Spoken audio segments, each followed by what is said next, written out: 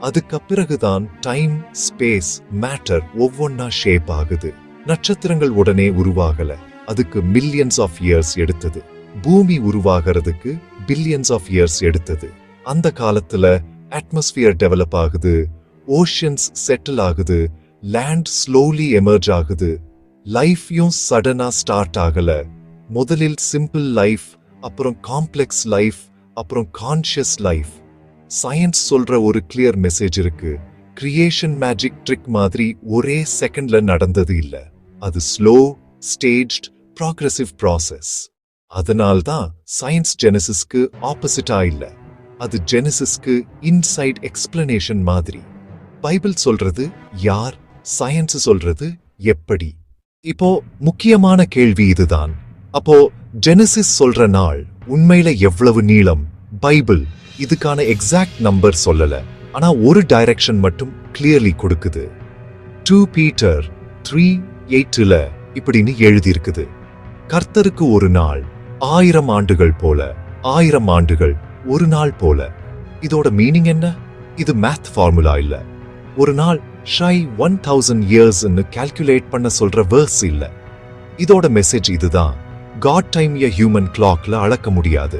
நம்ம time scale seconds, minutes, hours, days. ஆனா காடோட time scale eternal, unlimited, outside time. அதனால தான் ஜெனிசிஸ்ல சொல்லப்படும் நாள் சன் பேஸ் 24 hour டே இல்ல, அது ஒரு காட் டிஃபைன்ட் ஃபேஸ். அந்த ஃபேஸ் 1000 இயர்ஸ் ஆக இருக்கலாம், மில்லியன் இயர்ஸ் ஆக இருக்கலாம், ஆர் சிம்பிளி ஒரு நீண்ட காலகட்டம். ஜெனிசிஸ் ஃபோக்கஸ் எது தெரியுமா? எவ்வளவு நேரம் எடுத்தது இல்ல, யார் அதை செய்தார் தான். அதனாலதான் பைபிள் சைலண்டா இருக்குது டைமிங் பற்றி, ஆனா கிளியரா பேசுது கிரியேட்டர் பற்றி. இப்போ ஒரு நிமிஷம் பைபிள் சொல்ற ஆர்டரையும் சயின்ஸ் சொல்ற ஆர்டரையும் சைட் பை சைடா யோசிச்சு பாருங்க. முதலில் வேதாகமம் சொல்றது ஒளி உண்டாக கடவுது. அதே மாதிரி சயின்ஸும் சொல்றது பிரபஞ்சம் ஆரம்பிச்சது எனர்ஜி, லைட், ரேடியேஷன்ல இருந்துதான். அதுக்கு பிறகு வேதாகமம் ஆகாயமும் நீரும் பிரிக்கப்பட்டதுன்னு சொல்றது. சயின்ஸ் இதையே அட்மாஸ்பியர் உருவானது, ஓஷன் செட்டில் ஆனதுன்னு எக்ஸ்பிளைன் பண்ணுது. அடுத்ததா வேதாகமம் சொல்றது நிலம் தோன்றியது. சயின்ஸ் சொல்றது பூமியின் கிரஸ்ட் கூலானதும் கான்டினென்ட்ஸ் ஃபார்ம் ஆனது. பிறகு வேதாகமம் சொல்றது உயிர்கள் முதலில் கடலில் தோன்றின. சயின்ஸும் சேம் திங் தான் சொல்றது. மரீன் லைஃப் தான் ஃபர்ஸ்ட் லைஃப் ஆன் எர்த்.